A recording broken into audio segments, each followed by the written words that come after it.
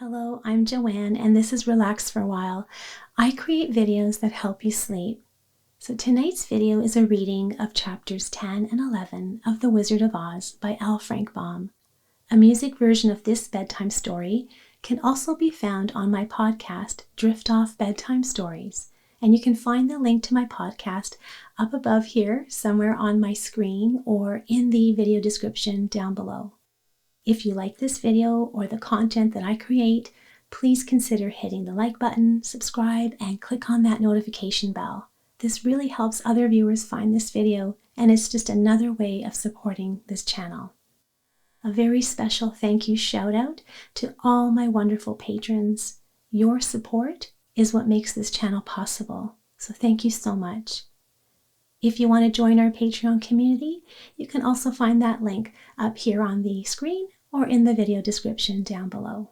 But for now, my friend, it's time to unwind, to relax, to begin this wonderful journey to the land of sleep. And it is such an honor to be able to help you drift off peacefully.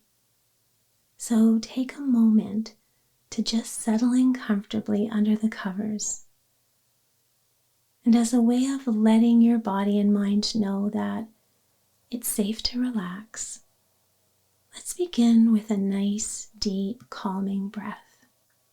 Breathing in, holding it at the top, and now sigh it out.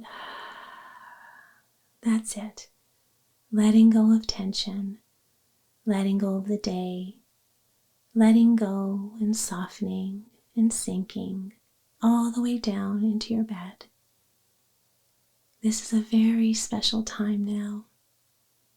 Nothing else is needed of you other than your attention as you listen. As we take this sleepy journey now together with Dorothy and her beloved companions along the yellow brick road, all the way down to the land of restful sleep. Sweet dreams, my friend. Sleep well.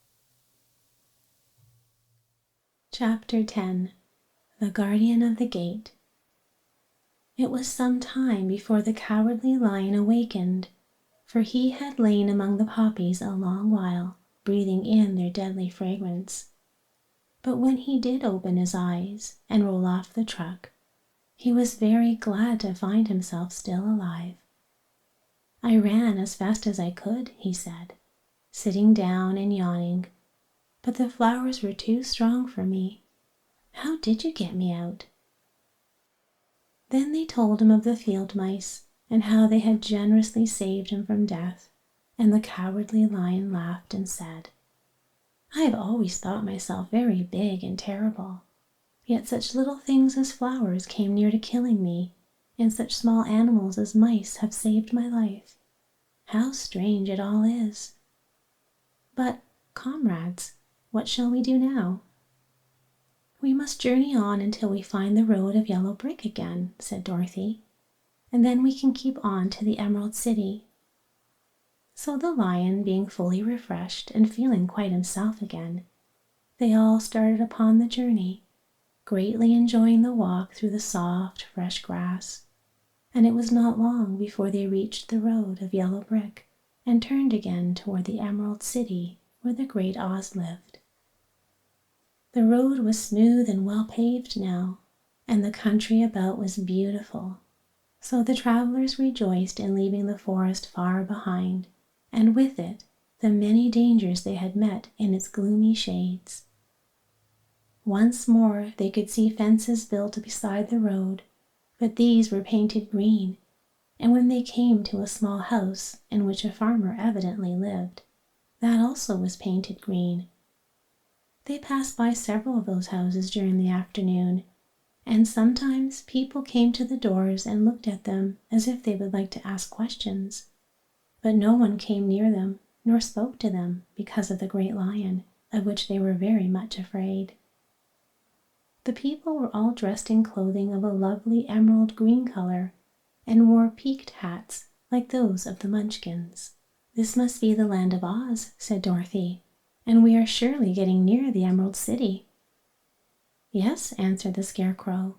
"Everything is green here, while in the country of the Munchkins, blue is the favorite color. But the people don't seem to be as friendly as the Munchkins, and I'm afraid we won't be able to find a place to pass the night." "I should like something to eat besides fruit," said the girl, "and I'm sure Toto is nearly starved.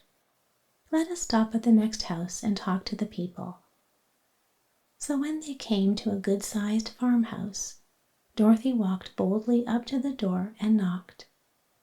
A woman opened it just far enough to look out and said, "What do you want, child? And why is that great lion with you?" "We wish to pass the night with you, if you will allow us," answered Dorothy. "And the lion is my friend and comrade, and would not hurt you for the world." "Is he tame?" asked the woman, opening the door a little wider. "Oh, yes," said the girl, "and he is a great coward, too. He will be more afraid of you than you are of him."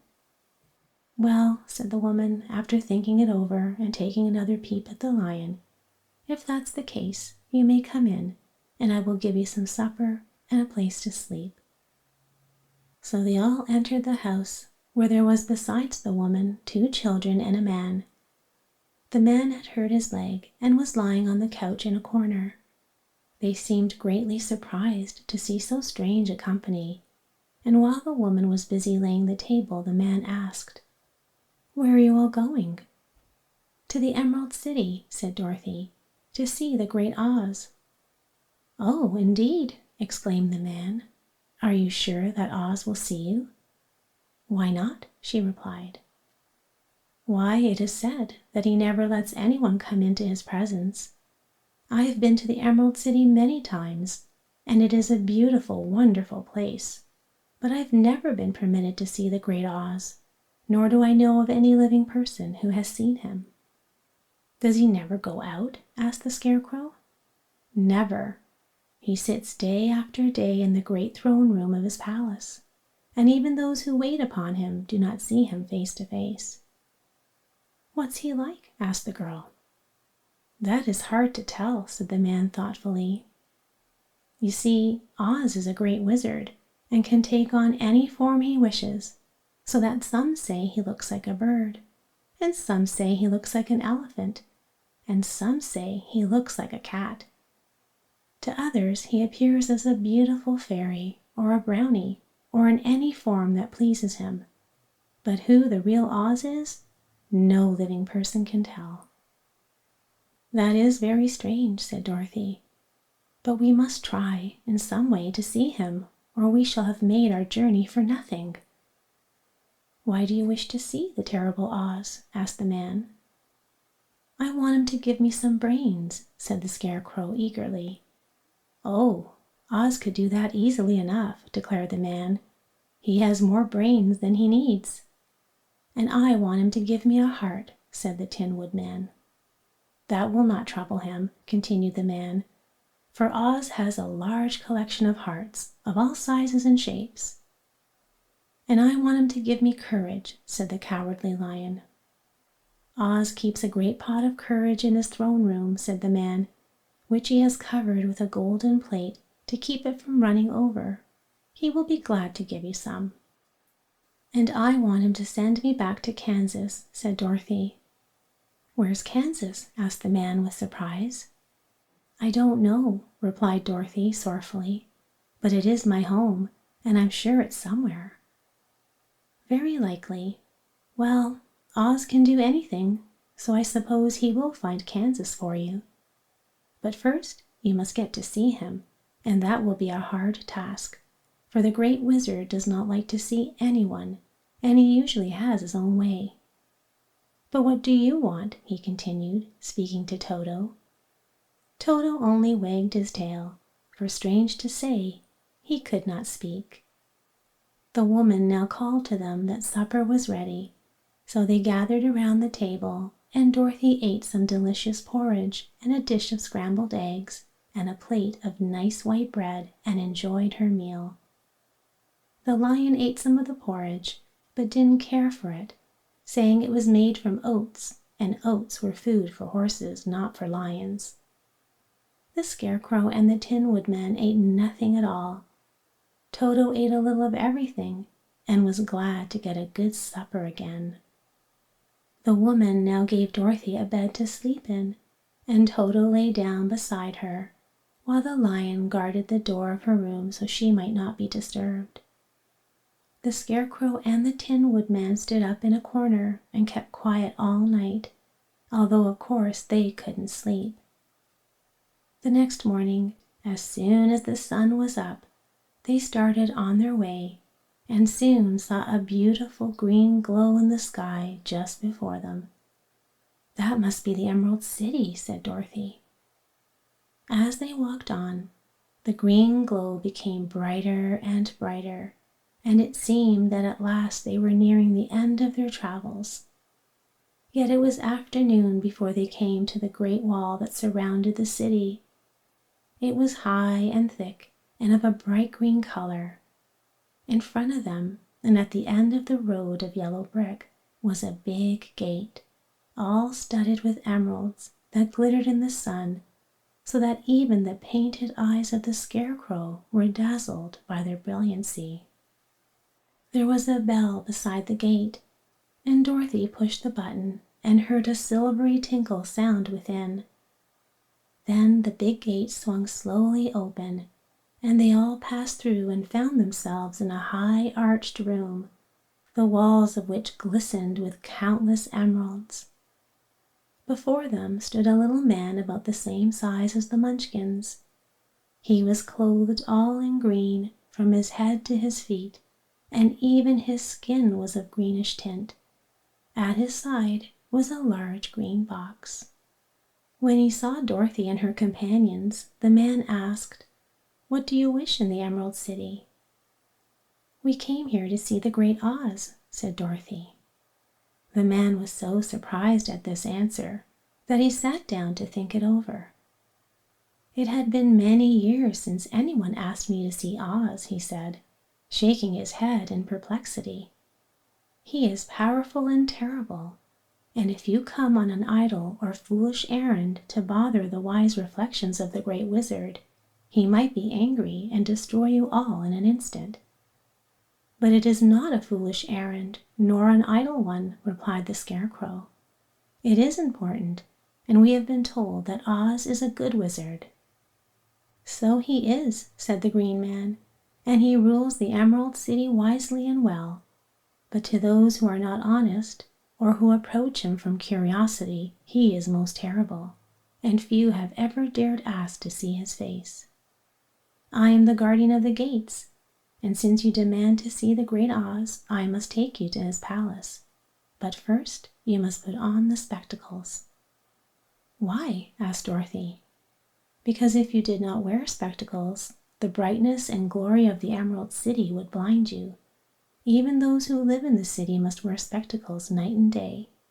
They are all locked on, for Oz so ordered it when the city was first built, and I have the only key that will unlock them." He then opened the big box, and Dorothy saw that it was filled with spectacles of every size and shape. All of them had green glasses in them. The guardian of the gates found a pair that would just fit Dorothy and put them over her eyes. There were 2 golden bands fastened to them that passed around the back of her head, where they were locked together by a little key that was at the end of a chain that the guardian of the gates wore around his neck. When they were on, Dorothy could not take them off even if she wished to, but of course she did not wish to be blinded by the glare of the Emerald City, so she said nothing. Then the Green Man fitted spectacles for the Scarecrow and the Tin Woodman and the Lion, and even on little Toto, and were all locked fast with the key. Then the guardian of the gates put on his own glasses and told them he was ready to show them to the palace. Taking a big golden key from a peg on the wall, he opened another gate, and they all followed him through the portal into the streets of the Emerald City. Chapter 11. The Wonderful City of Oz.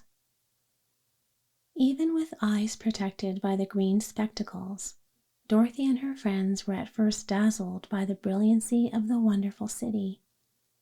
The streets were lined with beautiful houses all built of green marble and studded everywhere with sparkling emeralds.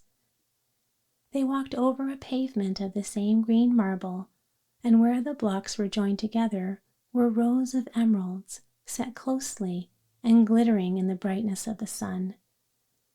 The window panes were of green glass. Even the sky above the city had a green tint, and the rays of the sun were green. There were many people, men, women, and children walking about, and these were all dressed in green clothes and had greenish skins. They looked at Dorothy and her strangely assorted company with wondering eyes, and the children all ran away and hid behind their mothers when they saw the lion. But no one spoke to them. Many shops stood in the street, and Dorothy saw that everything in them was green. Green candy and green popcorn were offered for sale, as well as green shoes, green hats, and green clothes of all sorts. At one place a man was selling green lemonade, and when the children bought it, Dorothy could see that they paid for it with green pennies. There seemed to be no horses nor animals of any kind. The men carried things around in little green carts which they pushed before them. Everyone seemed happy and contented and prosperous. The guardian of the gates led them through the streets until they came to a big building exactly in the middle of the street, which was the palace of Oz, the great wizard.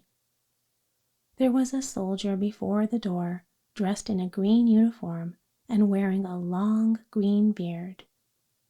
"Here are strangers," said the guardian of the gates to him, "and they demand to see the great Oz." "Step inside," answered the soldier, "and I will carry your message to him." So they passed through the palace gates and were led into a big room with a green carpet and lovely green furniture set with emeralds.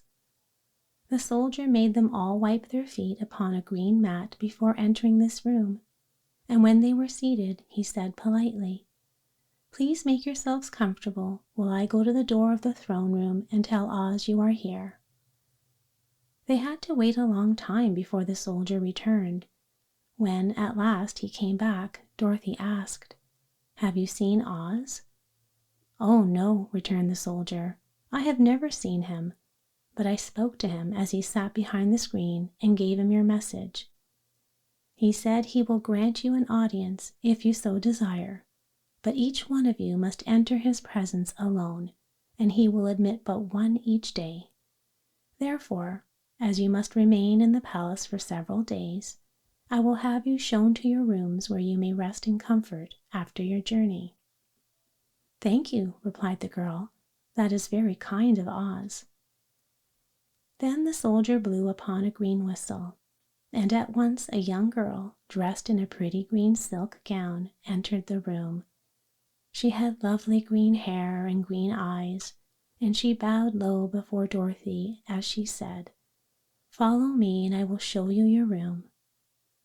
So Dorothy said goodbye to all her friends except Toto, and taking the dog in her arms, followed the green girl through 7 passages and up 3 flights of stairs until they came to a room at the front of the palace. It was the sweetest little room in the world, with a soft, comfortable bed that had sheets of green silk and a green velvet counterpane. There was a tiny fountain in the middle of the room that shot a spray of green perfume into the air to fall back into a beautifully carved green marble basin. Beautiful green flowers stood in the windows, and there was a shelf with a row of little green books. When Dorothy had time to open these books, she found them full of strange green pictures that made her laugh, they were so funny. In a wardrobe were many green dresses made of silk and satin and velvet, and all of them fitted Dorothy exactly. "Make yourself perfectly at home," said the green girl, "and if you wish for anything, ring the bell. Oz will send for you tomorrow morning." She left Dorothy alone and went back to the others. These she also led to rooms, and each one of them found himself lodged in a very pleasant part of the palace. Of course this politeness was wasted on the Scarecrow, for when he found himself alone in his room, he stood stupidly in one spot just within the doorway to wait till morning. It would not rest him to lie down, and he could not close his eyes, so he remained all night staring at a little spider which was weaving its web in a corner of the room. The Tin Woodman lay down on his bed from force of habit, for he remembered when he was made of flesh, but not being able to sleep, he passed the night moving his joints up and down to make sure they kept in good working order. The Lion would have preferred a bed of dried leaves in the forest, and did not like being shut up in a room, but he had too much sense to let this worry him, so he sprang upon the bed and rolled himself up like a cat and purred himself asleep in a minute. The next morning after breakfast, the Green Maiden came to fetch Dorothy, and she dressed her in one of the prettiest gowns made of green satin. Dorothy put on a green silk apron and tied a green ribbon around Toto's neck, and they started for the throne room of the Great Oz. First they came to a great hall in which were many ladies and gentlemen of the court, all dressed in rich costumes. These people had nothing to do but to talk to each other, but they always came to wait outside the throne room every morning, although they were never permitted to see Oz. As Dorothy entered, they looked at her curiously, and one of them whispered, "Are you really going to look upon the face of the Oz the Terrible?" "Of course," answered the girl, "if he will see me." "Oh, he will see you," said the soldier who had taken her message to the wizard, "although he doesn't like to have people ask to see him. Indeed, at first he was angry and said I should send you back where you came from. Then he asked me what you looked like, and when I mentioned your silver shoes, he was very much interested. At last I told him about the mark upon your forehead, and he decided he would admit you to his presence." Just then a bell rang, and the green girl said to Dorothy, "That's the signal. You must go into the throne room alone." She opened a little door, and Dorothy walked boldly through and found herself in a wonderful place. It was a big, round room with a high arched roof, and the walls and ceiling and floor were covered with large emeralds set closely together. In the center of the roof was a great light, as bright as the sun, which made the emeralds sparkle in a wonderful manner. But what interested Dorothy most was the big throne of green marble that stood in the middle of the room. It was shaped like a chair and sparkled with gems, as did everything else. In the center of the chair was an enormous head without a body to support it, or any arms or legs whatsoever. There was no hair upon this head, but it had eyes and a nose and mouth, and was much bigger than the head of the biggest giant. As Dorothy gazed upon this in wonder and fear, the eyes turned slowly and looked at her sharply and steadily. Then the mouth moved, and Dorothy heard a voice say, "I am Oz, the Great and Terrible. Who are you, and why do you seek me?" It was not such an awful voice as she had expected to come from the big head, so she took courage and answered, "I'm Dorothy, the small and meek. I've come to you for help." The eyes looked at her thoughtfully for a full minute. Then said the voice, "Where did you get the silver shoes?" "I got them from the Wicked Witch of the East, when my house fell on her and killed her," she replied. "Where did you get the mark upon your forehead?" continued the voice. "That is where the Good Witch of the North kissed me when she bade me good-bye and sent me to you," said the girl. Again the eyes looked at her sharply, and they saw she was telling the truth. Then Oz asked, "What do you wish me to do?" "Send me back to Kansas, where my Aunt Em and Uncle Henry are," she answered earnestly. "I don't like your country, although it is so beautiful. And I am sure Aunt Em will be dreadfully worried over my being away so long." The eyes winked 3 times, and then they turned up to the ceiling and down to the floor and rolled around so strangely that they seemed to see every part of the room, and at last they looked at Dorothy again. "Why should I do this for you?" asked Oz. "Because you are strong and I am weak. Because you are a great wizard and I'm only a little girl." "But you were strong enough to kill the Wicked Witch of the East," said Oz. "That just happened," returned Dorothy simply. "I could not help it." "Well," said the head, "I will give you my answer. You have no right to expect me to send you back to Kansas unless you do something for me in return. In this country, everyone must pay for everything he gets. If you wish me to use my magic power to send you home again, you must do something for me first. Help me, and I will help you." "What must I do?" asked the girl. "Kill the Wicked Witch of the West," answered Oz. "But I can't!" exclaimed Dorothy, greatly surprised. "You killed the Witch of the East, and you wear the silver shoes which bear a powerful charm. There is now but one Wicked Witch left in all this land, and when you can tell me she is dead, I will send you back to Kansas, but not before." The little girl began to weep. She was so much disappointed, and the eyes winked again and looked upon her anxiously, as if the great Oz felt that she could help him if she would. "I never killed anything willingly," she sobbed. "Even if I wanted to, how could I kill the Wicked Witch? If you, who are great and terrible, cannot kill her yourself, how do you expect me to do it?" "I don't know," said the head, "but that is my answer, and until the Wicked Witch dies, you will not see your uncle and aunt again. Remember that the witch is wicked, tremendously wicked, and ought to be killed. Now go, and do not ask to see me again until you have done your task." Sorrowfully, Dorothy left the throne room and went back where the Lion and Scarecrow and the Tin Woodman were waiting to hear what Oz had said to her. "There is no hope for me," she said sadly, "for Oz will not send me home until I have killed the Wicked Witch of the West, and that I can never do." Her friends were sorry, but could do nothing to help her, so Dorothy went to her own room and lay down on the bed and cried herself to sleep. The next morning, the soldier with the green whiskers came to the Scarecrow and said, "Come with me, for Oz has sent for you." So the Scarecrow followed him and was admitted into the great throne room, where he saw, sitting in the emerald throne, a most lovely lady. She was dressed in green silk gauze and wore upon her flowing green locks a crown of jewels. Growing from her shoulders were wings, gorgeous in color and so light that they fluttered if the slightest breath of air reached them.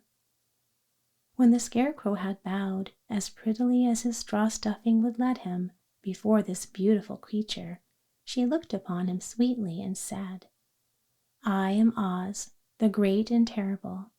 Who are you, and why do you seek me?" Now the Scarecrow, who had expected to see the great head Dorothy had told him of, was much astonished, but he answered her bravely, "I am only a scarecrow, stuffed with straw. Therefore I have no brains, and I came to you praying that you will put brains in my head instead of straw, so that I may become as much a man as any other in your dominions." "Why should I do this for you?" asked the lady. "Because you are wise and powerful, and no one else can help me," answered the Scarecrow. "I never grant favors without some return," said Oz, "but this much I will promise. If you will kill for me the Wicked Witch of the West, I will bestow upon you a great many brains, and such good brains that you will be the wisest man in all the land of Oz." "I thought you asked Dorothy to kill the witch," said the Scarecrow in surprise. "So I did. I don't care who kills her, but until she is dead, I will not grant your wish. Now go, and do not seek me again until you have earned the brains you so greatly desire." The Scarecrow went sorrowfully back to his friends and told them what Oz had said, and Dorothy was surprised to find that the Great Wizard was not a head as she had seen him, but a lovely lady. "All the same," said the Scarecrow, "she needs a heart as much as the Tin Woodman." On the next morning, the soldier with the green whiskers came to the Tin Woodman and said, "Oz has sent for you. Follow me." So the Tin Woodman followed him and came to the great throne room. He did not know whether he would find Oz, a lovely lady, or a head, but he hoped it would be the lovely lady. "For," he said to himself, "if it is the head, I am sure I shall not be given a heart, since a head has no heart of its own and therefore cannot feel for me. But if it is the lovely lady, I shall beg hard for a heart, for all ladies are themselves said to be kindly hearted." But when the Woodman entered the great throne room, he saw neither the head nor the lady, for Oz had taken the shape of a most terrible beast. It was nearly as big as an elephant, and the green throne seemed hardly strong enough to hold its weight. The beast had a head like that of a rhinoceros, only there were 5 eyes in its face. There were 5 long arms growing out of his body, and it also had 5 long slim legs. Thick woolly hair covered every part of it, and a more dreadful looking monster could not be imagined. It was fortunate the Tin Woodman had no heart at that moment, for it would have beat fast from terror. But being only tin, the Woodman was not at all afraid, although he was much disappointed. "I am Oz, the Great and the Terrible," spoke the beast, in a voice that was one great roar. "Who are you, and why do you seek me?" "I am a woodman and made of tin, therefore I have no heart and cannot love. I pray you give me a heart that I may be as other men are." "Why should I do this?" demanded the beast. "Because I ask it, and you alone can grant my request," answered the Woodman. Oz gave a low growl at this, but said gruffly, "If you indeed desire a heart, you must earn it." "How?" asked the Woodman. "Help Dorothy to kill the Wicked Witch of the West," replied the beast. "When the witch is dead, come to me, and I will then give you the biggest and kindest and most loving heart in all the land of Oz." So the Tin Woodman was forced to return sorrowfully to his friends and tell them of the terrible beast he had seen. They all wondered greatly at the many forms the Great Wizard could take upon himself, and the Lion said, "If he is a beast when I go see him, I shall roar my loudest and so frighten him that he will grant all I ask. And if he is the lovely lady, I shall pretend to spring upon her and so compel her to do my bidding. And if he is the great head, he will be at my mercy, for I will roll this head all about the room until he promises to give us what we desire. So be of good cheer, my friends, for all will yet be well."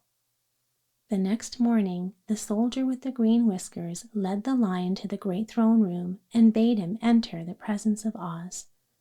The Lion at once passed through the door, and glancing around saw, to his surprise, that before the throne was a ball of fire, so fierce and glowing he could scarcely bear to gaze upon it. His first thought was that Oz had by accident caught on fire and was burning up, but when he tried to go nearer, the heat was so intense that it singed his whiskers, and he crept back tremblingly to a spot nearer the door. Then a low, quiet voice came from the ball of fire, and these were the words it spoke. "I am Oz, the Great and Terrible. Who are you, and why do you seek me?" And the Lion answered, "I am a cowardly lion, afraid of everything. I came to you to beg that you give me courage, so that in reality I may become the king of beasts, as men call me." "Why should I give you courage?" demanded Oz. "Because of all wizards, you are the greatest, and alone have power to grant my request," answered the lion. The ball of fire burned fiercely for a time, and the voice said, "Bring me proof that the wicked witch is dead, and that moment I will give you courage. But as long as the witch lives, you must remain a coward." The lion was angry at this speech, but could say nothing in reply, and while he stood silently gazing at the ball of fire, it became so furiously hot that he turned tail and rushed from the room. He was glad to find his friends waiting for him, and told them of his terrible interview with the wizard. "What shall we do now?" asked Dorothy sadly. "There is only one thing we can do," returned the lion, "and that is to go to the land of the Winkies, seek out the wicked witch, and destroy her." "But suppose we cannot?" said the girl. "Then I shall never have courage," declared the lion. "And I shall never have brains," added the Scarecrow. "And I shall never have a heart," spoke the Tin Woodman. "And I shall never see Aunt Em and Uncle Henry," said Dorothy, beginning to cry. "Be careful," cried the green girl. "The tears will fall on your green silk gown and spot it." So Dorothy dried her eyes and said, "I suppose we must try it, but I am sure I do not want to kill anybody, even to see Aunt Em again." "I will go with you, but I'm too much a coward to kill the witch," said the lion. "I will go too," declared the Scarecrow, "but I shall not be of much help to you. I am such a fool." "I haven't the heart to harm even a witch," remarked the Tin Woodman, "but if you go, I certainly shall go with you." Therefore it was decided to start upon their journey the next morning, and the Woodman sharpened his axe on a green grindstone and had all his joints properly oiled. The Scarecrow stuffed himself with fresh straw, and Dorothy put new paint on his eyes that he might see better. The green girl, who was very kind to them, filled Dorothy's basket with good things to eat and fastened a little bell around Toto's neck with a green ribbon. They went to bed quite early and slept soundly until daylight, when they were awakened by the crowing of a green rooster that lived in the backyard of the palace, and the cackling of a hen that had laid a green egg.